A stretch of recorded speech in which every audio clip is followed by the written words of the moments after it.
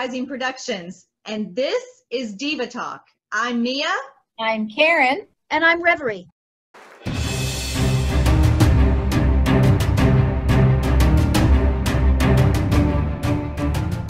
What do we want to leave behind that isn't serving us? No, there's some demons that I have that I've had for a long time. I can't just say this has been 2020's problem.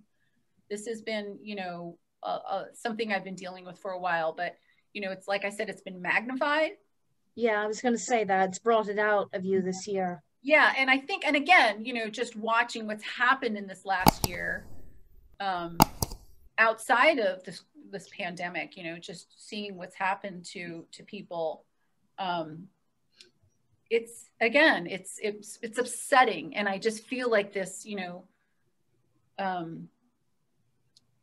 like, again, some of it is like this control, like you want to make it right and you can't do it all. And so it just makes you upset that you can't. And that's like, I just remember when we had all those curfews, when we were, with the protests were happening and it got out of control with people coming, infiltrating these protests, and there were riots, and it was a scary time. I was scared for my friends who were in that area where it was happening. People had to board up businesses, and like I've just felt like so out of control. Like I felt I couldn't do anything. I just kept checking on people, but I just was like, how did it come to this? But at the same time, maybe these things are supposed to happen so we can finally fucking learn something. Have we learned anything? Have we? Really? That's the question I have. And I think that's the part that I just struggle with, is like, okay, I need to just be okay with me working on me and not trying to fix the world.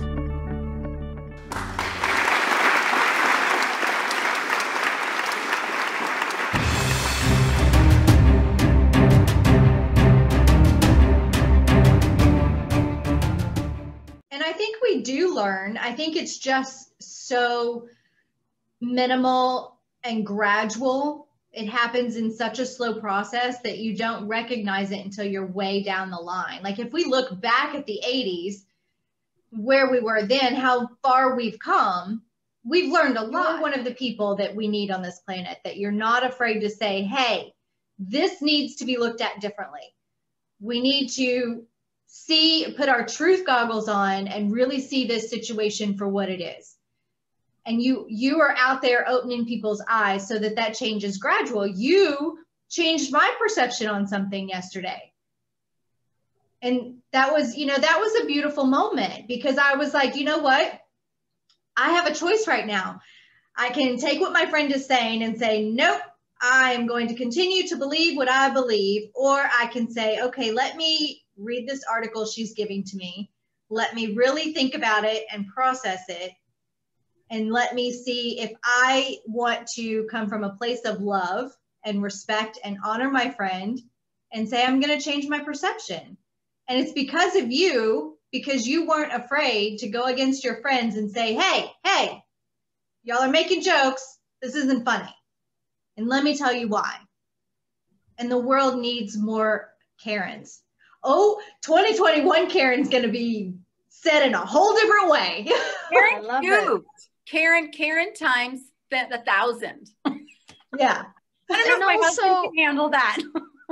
Thank Goddess too. And I said, thank Goddess that there are people out there like you, Mia, that can learn and grow and change, that aren't just stuck in their ways, that aren't going to go, no, I don't need that. You can still learn. There's still hope. We need more people like you too. Yeah. I mean, that experience that we had, that was all through text, and I thought it was really beautiful too. But because I'm just getting to know you in these past few months, Mia, like you always like pleasantly surprise me with these like, I'm going to take that in, and I let it land and I let it simmer. And then what you pour out back is like so beautiful that I'm like, whoa, I don't know this person, but I really like her more now. I love her more now. I'm a fucking delight. Well, no, yeah, because you have this listening that I think is really beautiful. Oh, thank you. And I appreciate that about getting to know you this last. I mean, and that can be our segue into our next conversation, which is You just said segue. it's the word of 2020, man. We talked about that. What unexpected gift or lessons has the pandemic brought you? Oh, I have to jump into this. This is something I did not have before COVID, and that's patience. I have learned to be patient because I've had to. I am not a patient person by nature. I come from a family of people that are not patient. We get easily frustrated. We get easily annoyed by situations and by people. I've learned to be patient.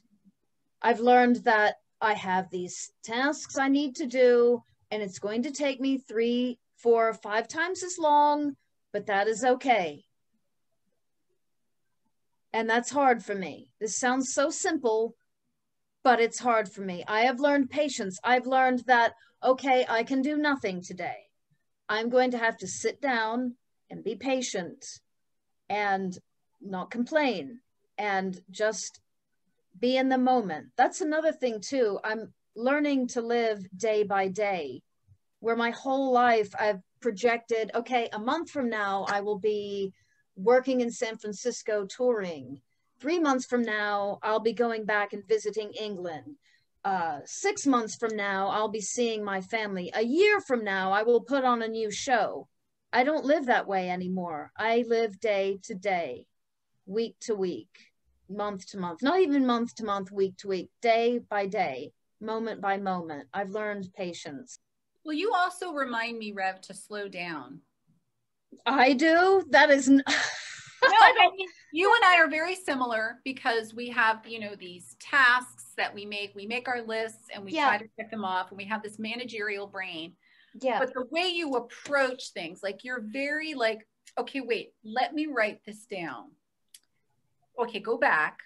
I didn't catch all of that. Where I'm like my ADD brain is like, blah, blah, blah, blah, blah. It's like the Lady Gaga. That's it. My ADD brain is Lady Gaga. It's not. No, but I appreciate watching. Like it's the way it's not even necessarily things that you say. It's just how you're approaching. It's your very and I've learned this when we were doing the Shilon together. You're just very methodical about approaching things. And, you know, I'm just so ready to get to the finish line that I forget to be present in the process. Like, what's that? Is it a Thoreau? I can't remember who had that thing. Like, it's not about the destination, it's the journey. Yeah. You know, oh, that's a meme. That is. I mean, I'm a man said it. Listen, let's stay away from men for a while, okay? Not make any more controversy. Exactly.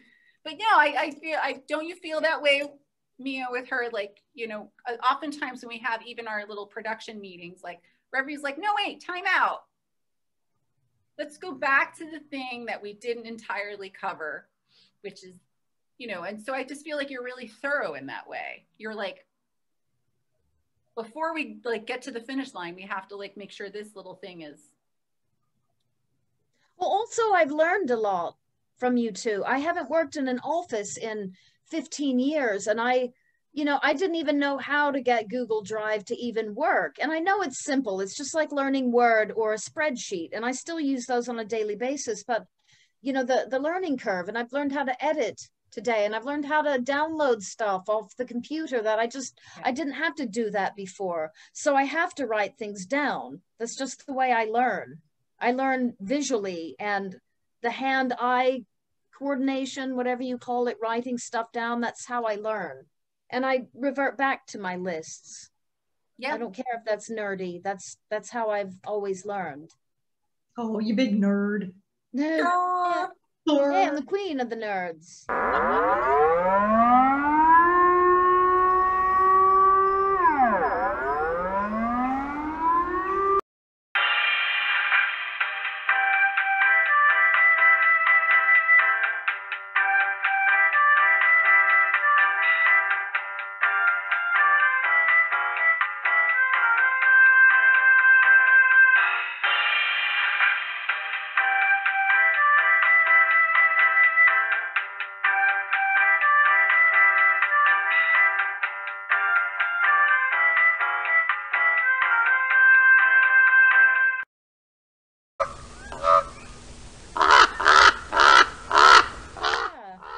check out her book, Queen of the Nerds, everything.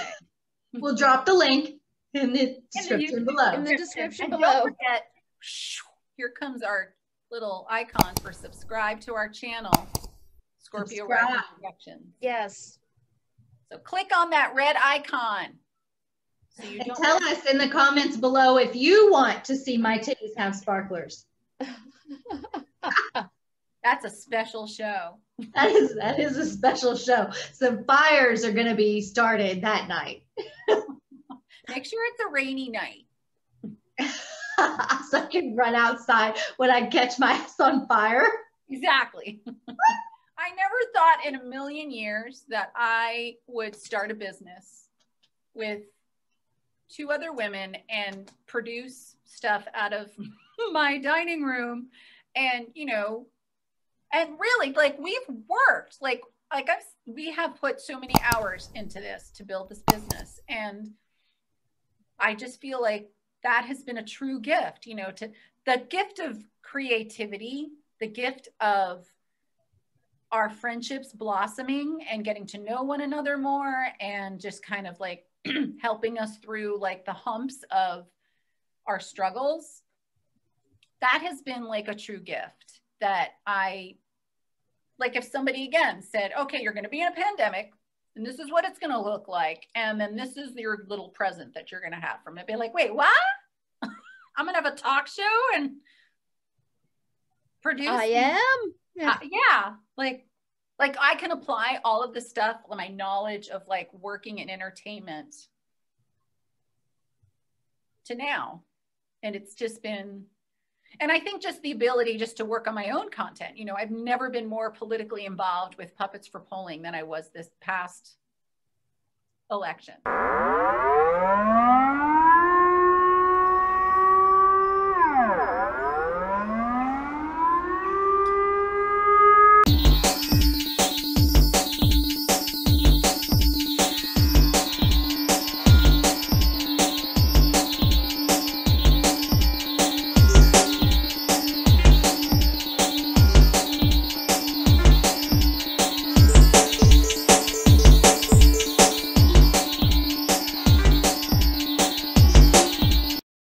They will scare you into thinking your vote won't matter. And now with Amy Coney Barrett in RBG seat, we're all fearful of what a hot mess that's going to be. But we all need to vote. I just put my heart and soul into getting the puppets to make a difference for people to vote. And it did. At least I'd like to credit the puppets for the big victory. Of course. And it really grew. Hey, I learned from the puppets. I know. Who knew? I'm teachable, but only by puppets. See, it worked. It really worked. That's why I miss Sesame Street. Well, and Mia, look, you said that, you know, while yes, you were building your business prior to this, but go love yourself.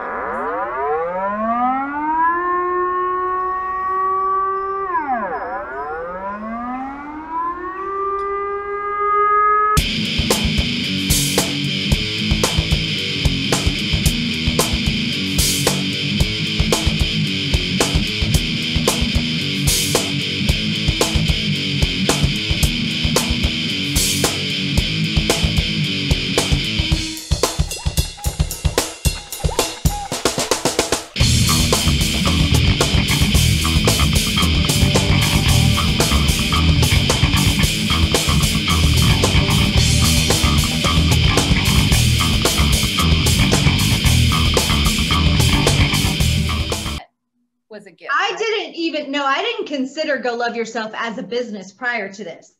That was not even on my radar. I thought it would be a book, and I thought it would be a social media thing. It never dawned on me that I could do life coaching and workshops and actually help other people change their lives. That never dawned on me until COVID hit and I had nothing better to do. And I went, let me see if I can make some cash doing this. Well, and not only that, but like bringing your own your own self-expression, your own experiences to the table to help people. I mean, it wasn't just like, oh, let me just, monetize from this. This is about like, what has my experience shown me that I can help others? Yeah. Yeah, it's been a lot. If I didn't do something with everything that I've been through, it would feel like such a waste. Right. So I have to do something with it. And it's not about monetizing it. I monetized it just because I wanted to be able to fully focus on my passion without having to take a 9 to 5. That's why I monetized it. I love helping people. That's where my true heart and passion is to be able to see someone get that spark, that light, when that light bulb comes on and they have that aha moment of, oh my God, I don't have to be a victim if I choose not to be a victim. I have a choice in every aspect of my life. I don't have to continue to go through this pain. I don't have to continue on this path that I'm on. When I see that light, that spark, that sets me on fire. That sets my soul on fire. I'm never more alive than in that moment when I see someone else go, oh, I can change. I can do better. I can do different. It's just such a beautiful moment. Oh, absolutely. And I can see that happening inside of you when you're even doing the talks for, oh shoot, I've forgotten the organization. It's that you do the speaking in front of Toastmasters? Toastmasters. It totally escapes my old lady brain because I got poked in the brain yesterday. Menopause. We'll blame everything. Who took out the word Toastmaster? They don't mind her. She just had her brain scratched for COVID. Well, what was that question you asked? Because I actually wanted to answer that. It was, no, we're on 3. What unexpected gift or lesson as the pandemic? Oh, that's why I wanted to answer that. So my unexpected gift or lesson was that I'm not alone, which I know sounds really odd from somebody who works really hard to surround herself with people. I surrounded myself with people because I want to be surrounded with people. And y'all know that, I've disconnected from my family for my own well-being. So I spend these moments throughout my life.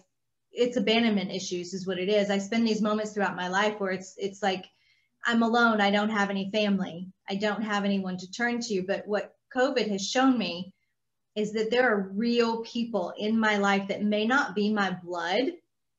They may not be connected to me by birth, but they're my family. We're a tribe. They're my tribe. They're my people. There's been some real serious moments during COVID. I had to lean really hard on my sponsor and give a little shout out to Melinda and Miguel. When I had those moments where that beast was waking up in my brain, I had to lean really hard and they were there for me. They were solidly there for me. And even Christopher was there for me as well. And you ladies. And, there was a moment where I thought, oh my God, I'm going to be homeless. I'm not going to make it. I don't know what I'm going to do. And I had people coming out of the woodwork saying, no, you have a home with me. You won't be homeless. You can stay with me. So it showed me COVID, the true gift and blessing was showing me that just because I'm disconnected from my family doesn't mean that I don't have family. Well, and if it weren't for you, I never would have gotten Tea with Edgar Allan Poe off the ground. It would still just be a pipe dream where I'd be talking about it every diva night and I've never got it together. I can't even believe we did that. It's so crazy. I just feel like we've got so much accomplished, in such a short period of time. I mean, you went from losing your business to starting another one, Reverie. You turned your business around.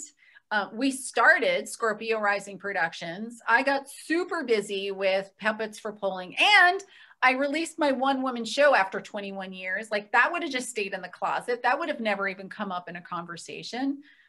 Plus so many other things, you know. And I heard this great, I'm taking this course, and I heard this great quote: books don't get written by thinking about them. Books get written by writing them. So we wrote our books, bitches. Yeah. Woo. And not the, you know, the I mean, some of us, we wrote our literal books, but we wrote the Diva Talk book. We wrote the Tea with Edgar Allan Poe book. We wrote the Go Love Yourself book. We wrote the Puppets for Polling book. Like, we wrote our books in 2020. So there's some beautiful things to be said about what's come out of all of this too. And even if nobody reads our books, it's okay, because we wrote them.